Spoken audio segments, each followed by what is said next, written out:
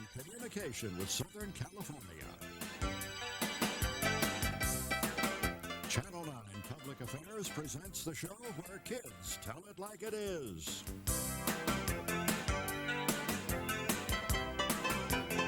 Teen Talk. Good morning, everyone, and welcome to Teen Talk. Our guests today have special rights and privileges that the rest of us don't have. Their occupation gives them certain powers that are protected by our Constitution, and quite often they know of major events before anyone else. Their work comes with great responsibility because what they say and write directly influences how we think and feel about our world. I'm Joseph Feinstein, and today on Teen Talk we're joined by teenage journalists who write and edit their school newspapers. Welcome, panel. Welcome to Teen Talk. You know, although Dragnet's Joe Friday was a cop, he probably would have done pretty well as a journalist by just saying, "Just the facts, ma'am, just the facts, that's all I want." So with that thought in mind, tell me, what's your guiding philosophy as you report or assign a story to be done on your school paper? Mark, what do you have as your philosophy? Well, I believe that you should relate the story on a level that they can understand and not talk down to the people that you're trying to communicate with. And at the same time, you should have in mind that you're trying to relate the facts and only the facts when you're covering a news story. Features a different story. But features are a different thing, but the news story should just have the facts in there? Right. Is that would be enough. How about you, Carrie? What would you say is important for a news story? Well, basically I agree with what Mark's saying in that you should try and relate what you're saying to the people in your audience, which is the students. Yeah. And basically it's just the facts. You stay with the facts in news stories. And depending on what other kinds of stories you're writing, you can put your emotions into it and whatever you feel is best. Do you like that when your writers write that? You're the editor-in-chief of your school paper. Yes.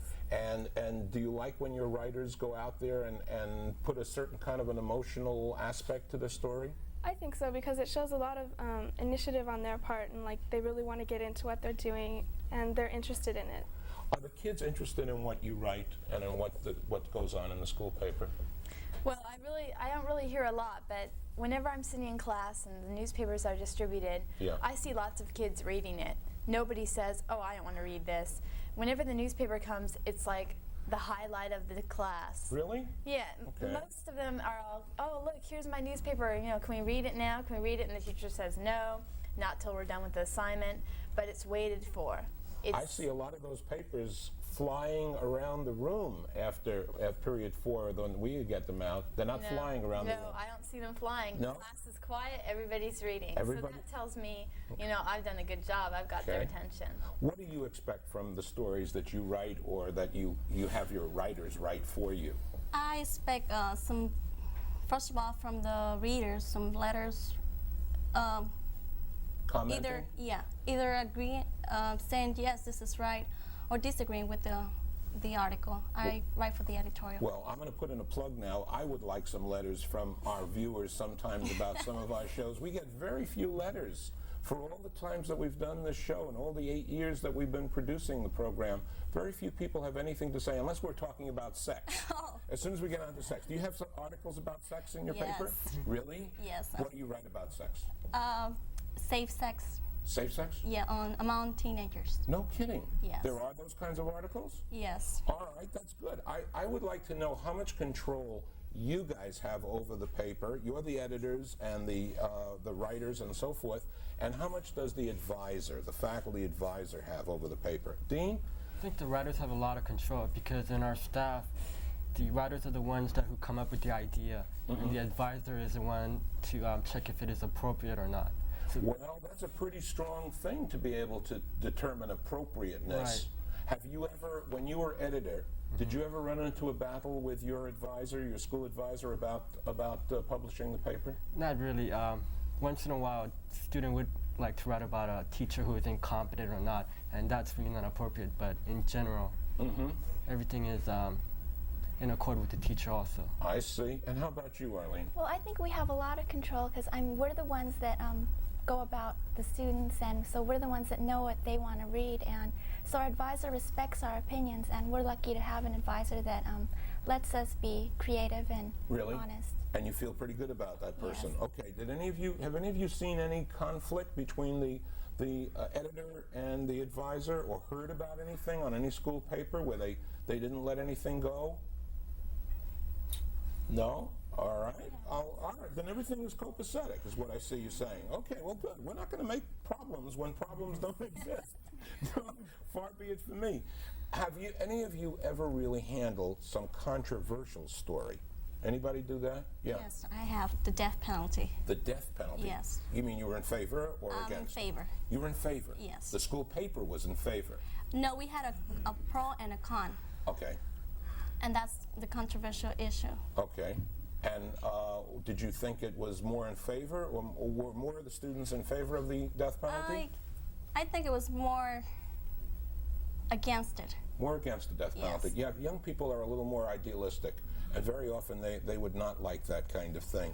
Phil, has there ever been any controversy on your paper?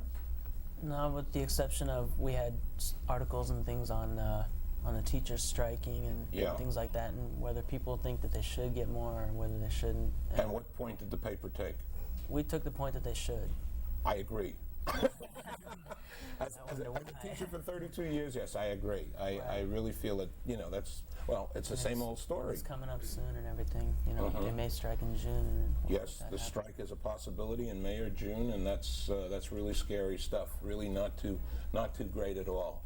Yeah, even the best journalists argue about whether a paper should present ideas that provoke the public's interest or simply report the facts of a story. When we come back, I want to talk about what role your paper should have in presenting the news. So let's discuss that. We'll be right back.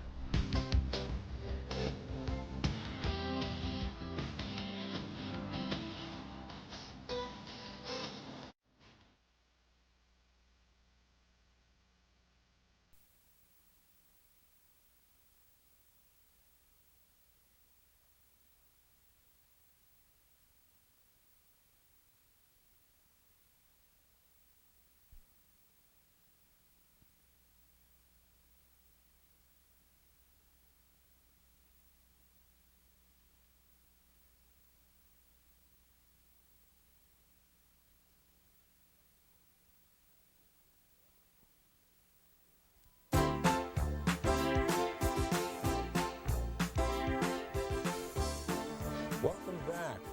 Winston Churchill once said, "A lie gets halfway around the world before the truth puts on its boots." I would imagine some stories travel around school just as fast, but what about the responsibility of stories in your paper? Do you see your school's newspaper as a source that merely covers things that happen, or do you present ideas that might provoke? Which of that is going to happen? Carrie, what do you see this paper as? A lot of times it seems that we're falling into the same pattern of reporting everything and just staying in this same pattern. And we try as much as possible to get some feelings and emotions and some controversy into what we're putting out. But because it's a learning environment, we always have to play it safe, and so we always have to make sure that things are okay. Yeah, playing it safe is always a part of it. I realize that. I'm not downing that. I'm just realizing that playing it safe, playing it safe on TV is the same kind of thing. You got to play it safe, and you got to do a certain kind of thing. And nowadays, what we see with Geraldo and Oprah is that they're doing these way out, ridiculous topics that they're giving so much time to. That really disturbs me, because they could be really handling some important issues, not worrying about the sex life of the tsetse fly, Benito, how do you feel about it? What should a paper be? What should your paper is in the manual arts, aren't you? What should that paper ideally be from your point of view? Well, it should relate the facts to students of the issues, whether they are controversy or not. But it should also allow some ideas to come in. It should not only stay around the facts, but also the students should have the opportunity to give their ideas. Do you spark plug some of those kinds of ideas? Do you encourage those ideas while you're in charge of the paper? Yes, the opportunity I had as being an editor-in-chief was that when I issued the stories, they didn't only came from me. I talked to my other editors, we discussed them, and when we arrived to a decision, then I went to the advisor. And that's how our stories developed. That's nice. So there's been a lot of interest and a lot of collaboration by a lot of people working on making the story good. What stories are you most particularly proud of? Did you ever do any stories that you really are proud of, that really said something and which you really did a great job? Did you do anything like that, Phil? Well, there was, most recently, in fact, was a story on when, you know how the students were walking out for the teachers and everything. I did a lengthy article on that. I was really proud of it. What did you like about it most? Because of the fact that although some of them were probably out there just ditching, there were those that were actually helping out teachers, you know, wanting them to get their raises, and, you know, I like reporting that to people. I like what you're saying, and I like you knew that there was a certain number of those kids that were just glad not to be in class. Right. And that were goofing off. But there were the ones that really, really had a meaning for being out there. That's what I found with doing Teen Talk. I found that with all the problems that young people create and that the newspapers talk about and magazines talk about and TV, there are within that number, very small number of kids that are creating problems, and a very large number of really wonderful kids, just like yourselves, who are interested in the school paper or student body government or working in the various offices and doing TA work and helping out. You know, there's a lot of helpers around, and we don't talk about you guys too often. Are you proud of any stories that you did for the Odyssey, Dean? Yeah, I did a story on the benefits of the military. And before I joined the staff, I was always interested in the military, but in class, usually the teachers are against it. They rather degrade the servicemen. Because a lot of people have the stereotype that if you do join, you're handed a rifle or a hand grenade to go into combat. Right. But in actuality, you know that it's like a big company where you get to know different skills. A very big company, I might add. Yeah. A very, very big company. Suppose you were given a tip about some wrongdoing by a teacher, and when you checked it out, you had it verified to be true. Would you print that material about some teacher that was doing something wrong? Arlene, would you? I think I would, because as students have a right to know what's going on, and if this teacher affects the students, then they should know about it. And if it's true, there shouldn't be any problem with that. Absolutely. Yeah, Mark, you have any thoughts about that one? Yeah, I believe that if there's going to be something that's going to really hurt another teacher, that there has to be a line drawn sometime. The people have a right to know, but if it's going to affect the paper, then and it's going to ruin the reputation of the paper to do something like that, then no, I don't think we should print it. Well, I'm talking about, let's say a teacher was doing some wrongdoings with some kid, some bad news. And it's been verified. Yeah, it's been verified. Well, then by all means, print it. Print it? But I've never seen an article like that in any school paper that I've ever known about. Maybe we're not let in on the information all the time. I know, you're right. That's part of the problem too. Imagine you no longer had a faculty advisor panel telling you what not to print. What kind of stories would you run on your own? Think about that while we take this short break. We'll be right back. Don't go away.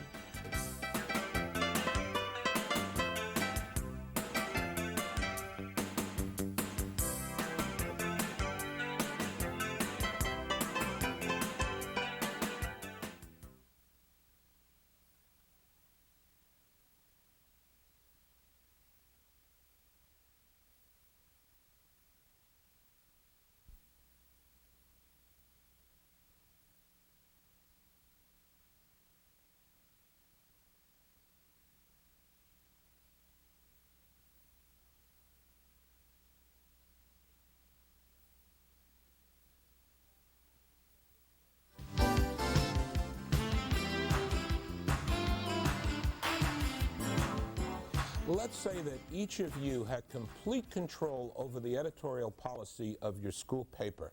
No one could tell you what not to print or what to print. What sort of articles would you want to see in that paper of yours? Phil, what would you do? What I would try to do is I would try to get articles that really hit home at teenagers, like the effects of drunk driving and drug abuse and effects of safe sex, all that stuff that teenagers deal with every day. And why do you think those articles are not in the paper? Well, We got a lot about proms. We got a lot about, you know, the football games, and we got a lot about all of the movies and the TV. Well, we have run a couple articles in Hunter's Call about like girls who have gotten pregnant, and they actually have written a story, and they tell us the story of what happened and the trauma that they went through, and that's what I've been trying to do. And even people that were in jail, like had to go through all the jail and things like that. That was really rough. How do you feel about this one? You can print anything you want. What are you going to print? Just basically what he said, I thought that the story about the pregnant girl and the guy from Mexico working down here to help his kids, I think those are really interesting stories. I think those are what the students really want to read about. And the advisor doesn't so much censor our paper. I've never brought anything to my teacher, and he has never said, no, this is too bad for the paper. Maybe I mean, because it's too obscene. I wouldn't. Maybe because there's been none of that presented. Maybe there's been nothing of a controversial nature. Most kids know how far they can take it. Well, that's the point. The point is, I'm wondering, taking it just a little bit further is really what it's all about. Yeah. That's what if I had a choice, I don't think I'd take it any further. I think paper shouldn't be obscene. I think the rules that we have for our paper now are just fine, and I don't think I'd want to change it. Okay, I'm not suggesting obscenity. We're not going for pornography. I'm not that kind of person. But what I am saying is that sometimes it might be a little bit better to have a story about one kid's bout with alcoholism or anorexia. We try instead of like that. You've had? Yeah, we run stories like that. Really, all the time. And there are people, the kids are willing enough to expose themselves as an anorexic. It's amazing. Lots of people at my school have written stories like that about themselves. Really? Juvenile hall people. And they publish these stories? Right. Do they publish them in your paper? Well, we haven't had actual people write stories and have them sent to the paper. We usually do them ourselves, and yes, we have done them, and I think we've done them. You've had a kid that has used drugs and abused drugs talk about drugs. Yeah, well, they asked their names to be changed, and we changed the names for them. But people are willing to expose themselves. Really? Well, that's what I'm very proud of on this program, is that the kids, the alcoholics, the druggies, the kids that have experienced every kind of phase of life have come on this program and talked about those issues. And that's what I see as the value of what we can really help other people to find out about. You say that your faculty advisor has never stopped you from printing anything. I'm asking you, have you offered to print some things that would be a little bit objectionable or unusual? Have any of you approached your faculty advisor with those things, or does your faculty advisor tell you what to print? Carrie? Our faculty advisor doesn't really tell us what to print. We basically go by our own instincts and what we think, intuition, what we think is right, and we basically just stay safe.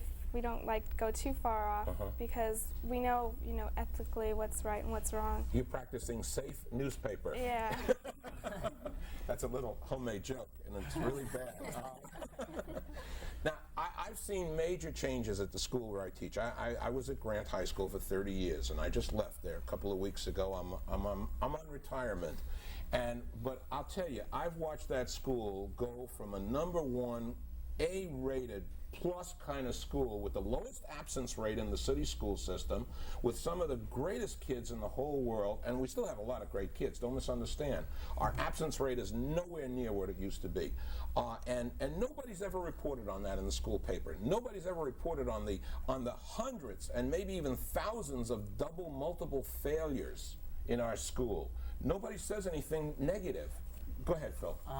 One of the problems with today is a lot more kids are failing than should be. Yeah. And it's just because of laziness. I don't know why. Maybe it's the 80s or something. I don't know. But, I mean, they just don't want to learn. And another thing. Do you think a paper should address issues of that kind of thing? Absolutely. Do you? Yes, absolutely. I don't believe we've covered anything. Dean, I've never seen it in the Odyssey. You're from my school paper. Why have I never seen an article about failures in the school? I have to disagree about you on the fact, you said that there's a lot of multiple failure rates at Grant, because Grant High School maintains one of the highest AP scores in the state of California, and our principal was also awarded the principal of the state. I know. And I really haven't seen a lot of the deterioration of the student body. Like, come into my Ed Career Options class, they're failing at the rate of 50% in one of the easiest courses in the whole school. Nobody has ever done a story on the fact that for the past 4 years, during the previous 26 years, I may have handed out 3 failures in 5 classes of teaching every day. In the past 4 years, I was handing out 50% failures in one of the easiest classes I ever taught. And nobody's ever reported on that kind of stuff in the school paper. maybe that has to do with the motivation factor of the teacher. Well, I want you to know I was motivated. I was motivated. The kids weren't motivated, but I know that I was motivated. I know me, and I know what I can do with that. The other thing I wanted to say, I'm a licensed marriage family counselor, and in our professional newspaper, they list people who have committed violations against the profession of counseling. Do you think maybe we should list students who are expelled or suspended or put, in some way have committed an infraction in the school? Benito, do you think we should do that? Should students' names be listed? Well, I think that that's really up to the student, whether he wants his name published or not. Well, I mean, he's done something wrong. Yes, but then again, if we publish the name, if the name is published, but it's not with the consent of that certain individual, then the reputation of the paper will fall. And so what I'm saying is that in order to get a name published, no matter of who it is, I think that we should have the consent of them. Well, I don't think you're going to get too many people consenting to the fact that I just got suspended or expelled. Recently, I did an article on student dropouts, and those quotes I got were from actual students that dropped out. Wow. See, so they were not afraid of giving their names. So what I'm saying is that actually we can go that way and we can get that permission. We got to go this way right now. We're going to have to come back in just a minute with some final thoughts. We got to take a station break. Stay there. Don't go away.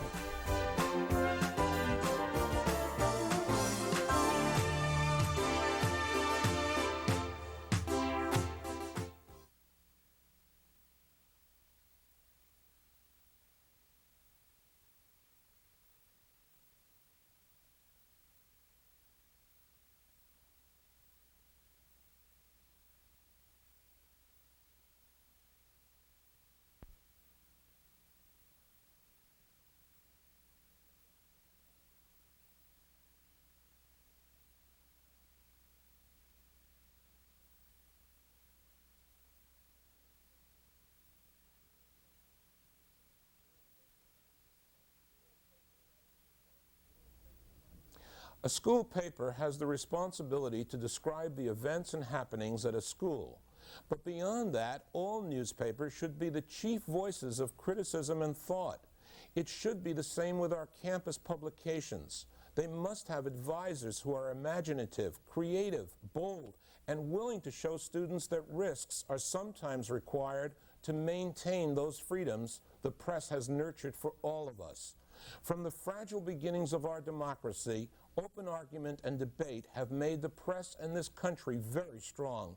But let's not forget, all of this begins when we are young.